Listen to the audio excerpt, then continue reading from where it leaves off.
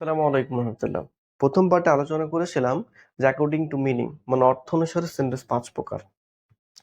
এখন আলোচনা করতে যাচ্ছি যে অ্যাকর্ডিং টু স্ট্রাকচার মানে গঠন অনুসারে সেন্টেন্স 3 প্রকার। সেটা কি কি চলো আমরা আলোচনা করে দেখি। সেটা হলো যে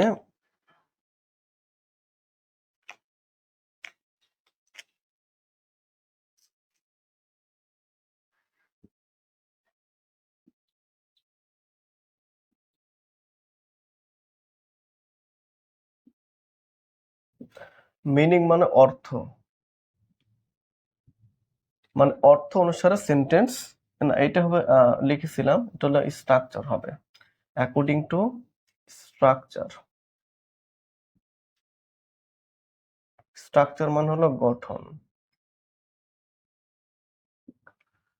তো খেয়াল করে দেখো যে গঠন অনুসার সেন্টেন্স 3 প্রকার। 1 নম্বরে সিম্পল সেন্টেন্স, 2 নম্বরে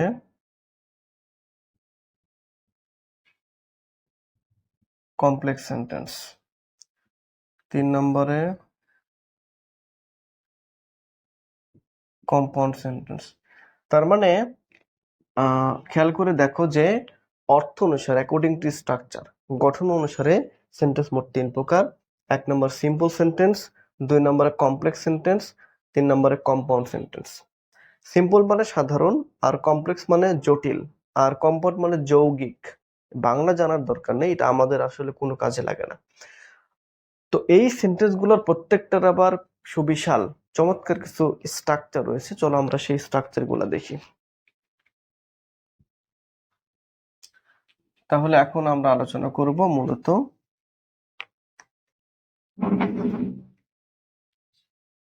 দেখো স্ট্রাকচার সিম্পল সেন্টেন্স।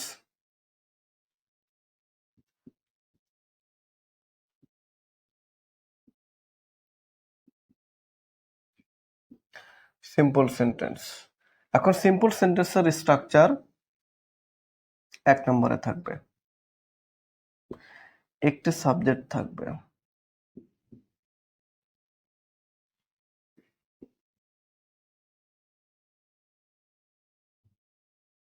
একটি সাবজেক্ট,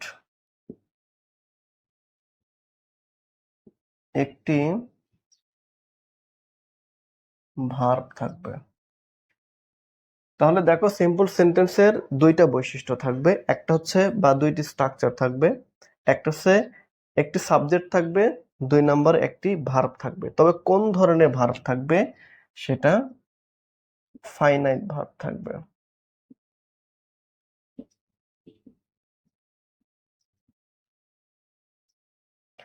তাহলে সিম্পল সেন্টেন্সের 2টি স্ট্রাকচার মানে একটি সাবজেক্ট থাকবে, একটি ভার্ব থাকবে, আর ভার্বটা হবে ফাইনাইট ভার্ব। অন্য কোনো ভার্ব হলে কিন্তু চলবে না, ফাইনাইট ভার্ব থাকবে, স্পেসিফিক।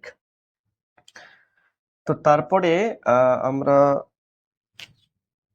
এক্সাম্পলে চলে যাব। ধরো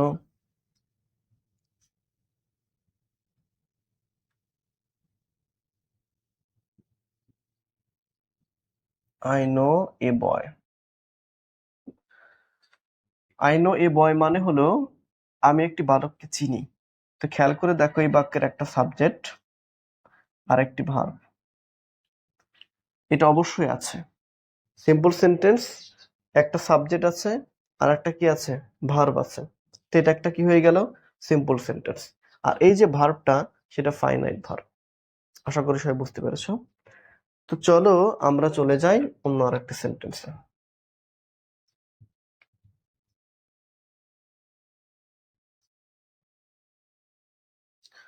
এখন আমরা আলোচনা করব কমপ্লেক্স সেন্টেন্স।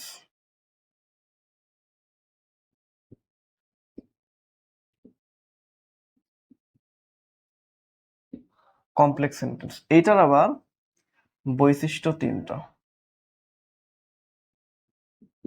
1 নম্বরে 2টি সাবজেক্ট থাকবে,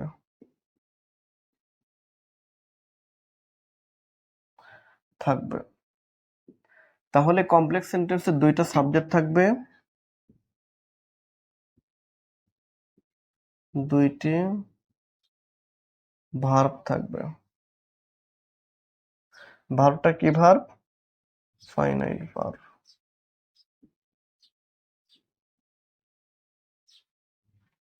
আচ্ছা, 3 নম্বরে একটি কনজাংশন থাকবে।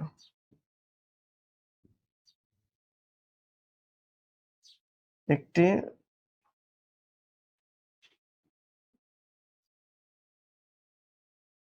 সাবঅর্ডিনেটিং।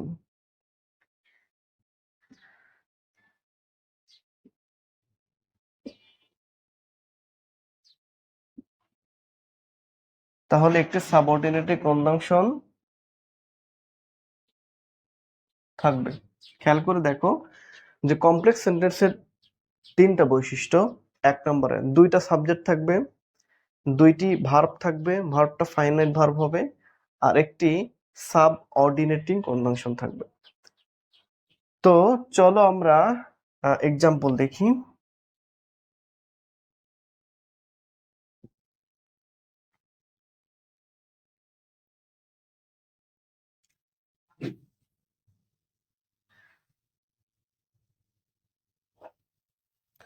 Though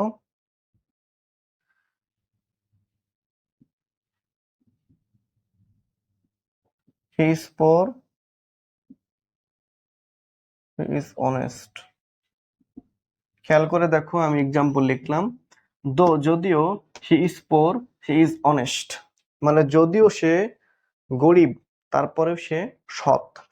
তো এই বাক্যে খেয়াল করে দেখো যে দুইটা সাবজেক্ট, একটা সাবজেক্ট, দুইটা সাবজেক্ট, একটা ভার্ব আর একটা ভার্ব। তাহলে দুইটা সাবজেক্ট, দুইটা ভার্ব। আর এই যে একটা, এটা হলো সাবঅর্ডিনেটিং কনজাংশন। তার মানে আশা করা যায় তোমরা কমপ্লেক্স সেন্টেন্স বুঝতে পেরেছো। তো চলো আমরা পরবর্তীতে অন্য একটা সেন্টেন্সে চলে যাই।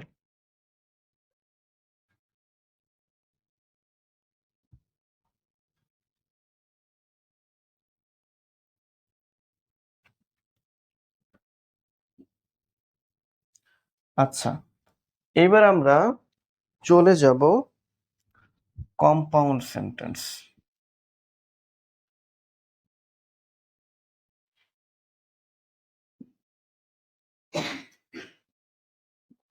Compound sentence. তো কম্পাউন্ড সেন্টেন্সেও সেম বিষয়টা, যে দুইটা সাবজেক্ট থাকবে, দুইটা ভার্ব থাকবে, আর একটি কোঅর্ডিনেটিং। এখানে আছে সাবঅর্ডিনেটিং, এখানে হয়ে যাবে কোঅর্ডিনেটিং। Coordinating conjunction. তাহলে এক্সাম্পলে চলে যাই।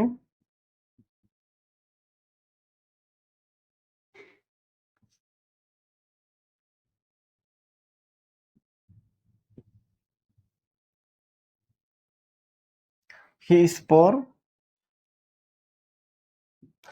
But he is honest. খেয়াল করে দেখো যে কম্পাউন্ড সেন্টেন্সের 3টা বৈশিষ্ট্য। 1 নম্বরে দুইটা সাবজেক্ট থাকবে, দুইটা ভার্ব থাকবে, আর ভার্বটা ফাইনাইট ভার্ব হবে। আর 3 নম্বর একটি কোঅর্ডিনেটিং কনজাংশন। তার মানে কমপ্লেক্সে থাকবে এখানে সাবঅর্ডিনেটিং, আর কম্পাউন্ডে থাকবে কোঅর্ডিনেটিং। তো কোঅর্ডিনেটিং কনজাংশন গুলা থাকবে। তো he is poor but he is honest. সে সৎ, দেখো সে গরিব কিন্তু সৎ। তো এই বাক্যে দেখো এটা একটা সাবজেক্ট, একটা সাবজেক্ট, দুইটা সাবজেক্ট, একটা ভার্ব, দুইটা ভার্ব, আর এই যে বাট, এটা একটা কোঅর্ডিনেটিং কনজাংশন। তো এটা ছিল মূলত সিম্পল, কমপ্লেক্স আর কম্পাউন্ড সেন্টেন্সের বৈশিষ্ট্য। তো আশা করা যায় যে তোমরা এইটা একদমই তোমাদের আজ থেকে ক্লিয়ার। তোমরা যদি এই স্ট্রাকচারগুলো, আবারও বলি, তোমরা যদি এই সেন্টেন্সের স্ট্রাকচারগুলো মাথায় রাখতে পারো, তাহলে আমি তোমাদেরকে অভয় দিচ্ছি, সেন্টেন্স বা এক্সপ্রেশন নিয়ে, স্পিকিং নিয়ে, ফ্রি হ্যান্ড রাইটিং নিয়ে তোমাদেরকে কেউ কখনো ঠেকাতে পারবে না। আগামী 2 মাসের মধ্যে তোমরা একদম প্রোম্যাক্স লেভেলে চলে যেতে পারবা। তো এরপরে যদি কোনো সমস্যা থেকে থাকে, যদি বুঝতে না পারো, তাহলে আমাকে কমেন্ট সেকশনে জানিয়ে দিও। তোমাদেরকে ধন্যবাদ। আসসালামু আলাইকুম রহমতুল্লাহ।